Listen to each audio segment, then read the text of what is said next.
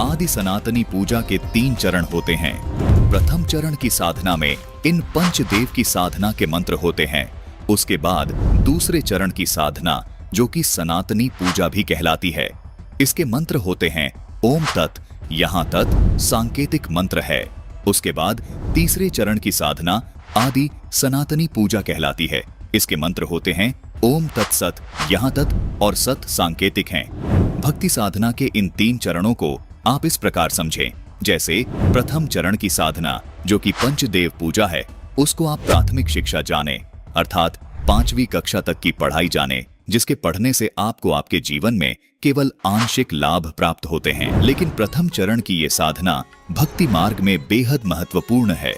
जिस प्रकार 5वीं कक्षा तक की पढ़ाई पूरी किए बिना 10वीं 12वीं तक की पढ़ाई नहीं की जा सकती, इसी प्रकार प्रथम चरण की ये पंचदेव साधना किए बिना दूसरे व तीसरे चरण की साधना नहीं की जा सकती। दूसरे चरण की साधना, जो कि सनातनी पूजा है, ये गीता अध्याय 15 के श्लोक 16 में बताए क्षर और अक्षर पुरुष की पूजा है। इसको आप उच्च शिक्षा, अर्थात इसको आप 10वीं तक की कक्षा की पढ़ाई जाने, जो आपको प्राथमिक शिक्षा से कुछ ज्यादा लाभ देती है। तीसरे चरण की साधना, जो कि आदि सनातनी पूजा है, गीता जी अध्याय 17 के श्लोक 23 में भी इसका वर्णन है। ये गीता अध्याय 8 के श्लोक 3 में बताए परम अक्षर ब्रह्म की पूजा है। इसको आप सर्वोच्च शिक्षा जाने, जो कि आपको सब सुख और लाभ प्राप्त करवाती है। दर्शकों, केवल संत रामपाल जी महाराज ही आध्यात्मिक मार्ग की भक्ति साधना इस प्रकार 3 चरण में पूरी करते हैं। दर्शकों, आपको यहाँ ये भी शंका हो सकती है कि इस 12 अक्षर मंत्र को एक नाम अर्थात एक मंत्र क्यों कहा जाता है, जबकि ये तो अलग अलग देवी देवताओं के 5 नाम हैं। दर्शकों, गीता जी अध्याय 17 के श्लोक 23 में ये जो ओम तत् सत मंत्र लिखे हैं, ये भी दिखने में 3 मंत्र हैं, लेकिन इन तीनों नामों को गीता जी में लिखा है कि ओम तत्सत। इस प्रकार का ये सच्चिदानंद घन ब्रह्म का ये नाम कहाँ है? मतलब आदि सनातनी पूजा के तीसरे चरण की साधना का ये एक नाम है। ये 3 नाम मिलकर एक नाम कहलाता है, जिसको संत रामपाल जी महाराज के शिष्य तीसरा नाम अर्थात सार नाम कहते हैं। इसी प्रकार प्रथम चरण की साधना में मिलने वाला 12 अक्षर मंत्र ओम, किलिम, हरिम, श्रीम और सोहम मिलकर एक नाम अर्थात प्रथम नाम कहलाता है। संत रामपाल जी महाराज वे उनके शिष्य हमेशा इन 12 अक्षर को प्रथम नाम ही पुकारते हैं। इसी प्रकार दूसरे चरण की साधना का ये ओम तथा तत् मंत्र एक ही नाम अर्थात दूसरा नाम अर्थात सतनाम कहलाता है। संत रामपाल जी महाराज के अनुयायी इन दोनों मंत्रों को प्राप्त करने के बाद कहते हैं कि हमें दूसरा नाम अर्थात सतनाम मिल गया है। अर्थात यहाँ 2 नाम मंत्र होने के बाद भी ये केवल एक नाम ही कहलाता है, जिसको सतनाम कहते हैं। इसी प्रकार तीसरे चरण की साधना का ये ओम तत् सत मंत्र मिलकर भी एक ही नाम कहलाता है, जिसे संत रामपाल जी महाराज के अनुयायी सार नाम कहते हैं अर्थात तीसरा नाम कहते हैं।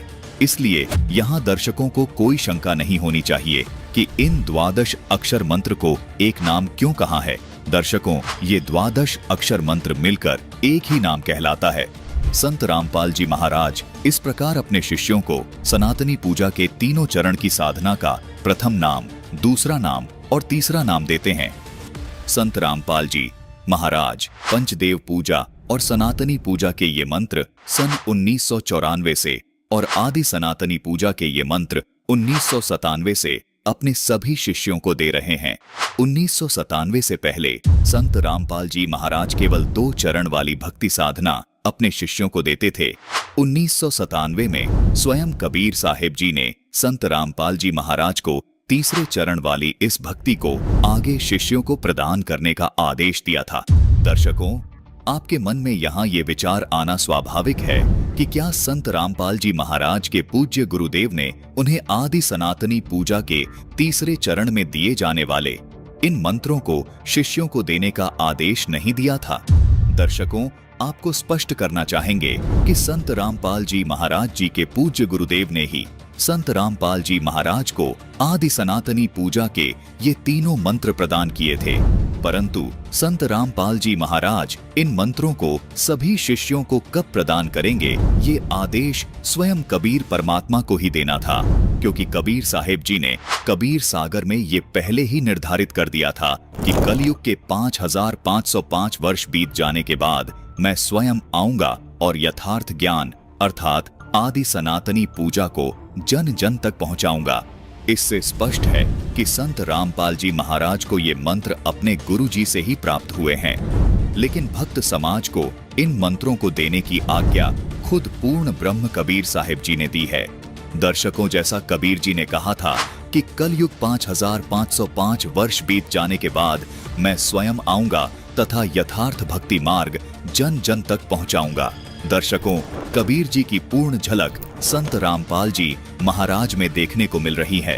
मम संत मुझे जान मेरा ही स्वरूपम, ये मत सोचना कि मैं ही आऊंगा, ये दास उसी का स्वरूप भेज रखा है, यानी अपना कुत्ता भेज रखा है, इसको कबीर परमात्मा ही जानो। इसमें श्रद्धालुओं को तनिक भी शंका नहीं करनी चाहिए कि संत रामपाल जी महाराज के रूप में स्वयं कबीर परमात्मा ही लीला कर रहे हैं।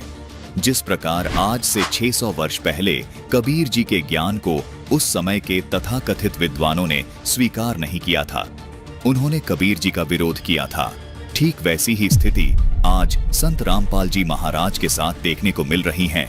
कबीर जी जिस तरह निर्भीक और बेपरवाह अपने आध्यात्मिक ज्ञान को जन जन तक पहुंचा रहे थे, ठीक वैसे ही संत रामपाल जी महाराज कबीर परमात्मा के स्वरूप अपने द्वारा 600 वर्ष पहले शुरू किए जन कल्याण के मिशन को निरंतर आगे बढ़ा रहे हैं। दर्शकों, जो अद्भुत और प्रमाणित ज्ञान संत रामपाल जी महाराज ने उजागर किया है, वो केवल कबीर परमेश्वर ही कर सकते हैं। ये आपकी श्रद्धा और विवेक पर निर्भर करता है कि आप संत रामपाल जी महाराज को कबीर जी द्वारा भेजे गए परम संत के तौर पर देखते हैं या कबीर जी के रूप में। लेकिन ये बात स्पष्ट है कि दोनों ही सूरत में मानव का कल्याण हो रहा है। तब से लेकर आज तक संत रामपाल जी महाराज अपने शिष्यों को आध्यात्मिक मार्ग की भक्ति साधना प्रदान करके इसे 3 चरण में पूरी करते हैं। दर्शकों, संत रामपाल जी महाराज द्वारा 3 चरण में दी जाने वाली इस भक्ति विधि का प्रमाण कबीर सागर में अमर मूल अध्याय के पेज नंबर 265 पर मिलता है। लिखा है, प्रथम ही शिष्य होए जो आई, ताके हम पान देहु तुम भाई। ये प्रथम चरण की दीक्षा है।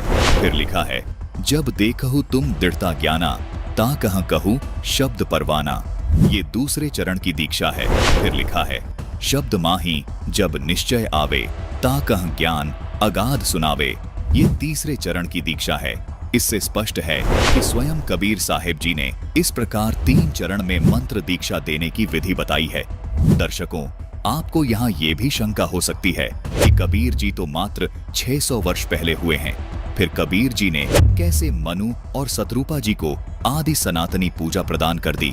दर्शकों, सूक्ष्म वेद में प्रमाण मिलता है कि कबीर परमात्मा चारों युगों में अलग अलग नाम से प्रकट होते हैं और आदि सनातनी पूजा की विधि अपनी प्रिय आत्माओं को प्रदान करते हैं। दर्शकों, आइए देखते हैं संत रामपाल जी महाराज के इस विषय पर ये विशेष सत्संग प्रवचन। कबीर परमात्मा बनारस में, काशी में धानक रूप में रहा करते थे, दुल्हे रूप में।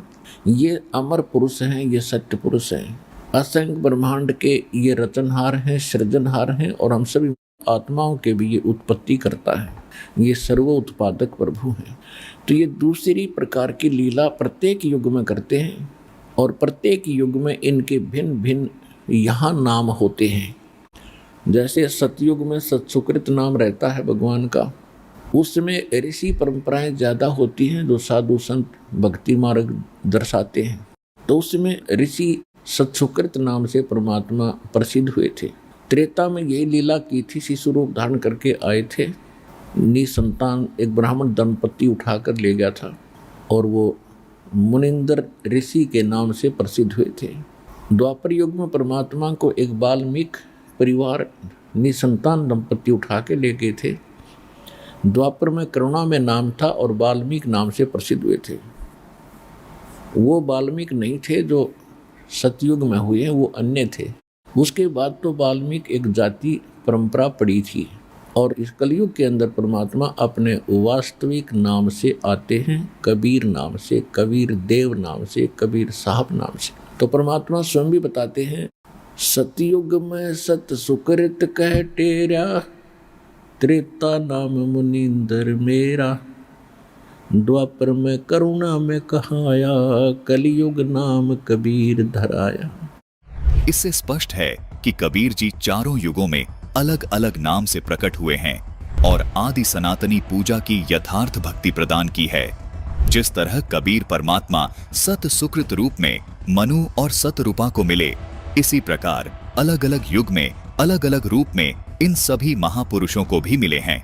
आज इन सभी संतों की वाणियां इस बात का सबूत हैं कि कबीर साहिब जी ही पूर्ण परमात्मा है। गरीबदास जी महाराज ने अपनी एक वाणी में कहा है कि हम सुल्तानी नानक तारे, दादू को उपदेश दिया, जात जुलाहा भेद नहीं पाया, काशी माहे कबीर हुआ।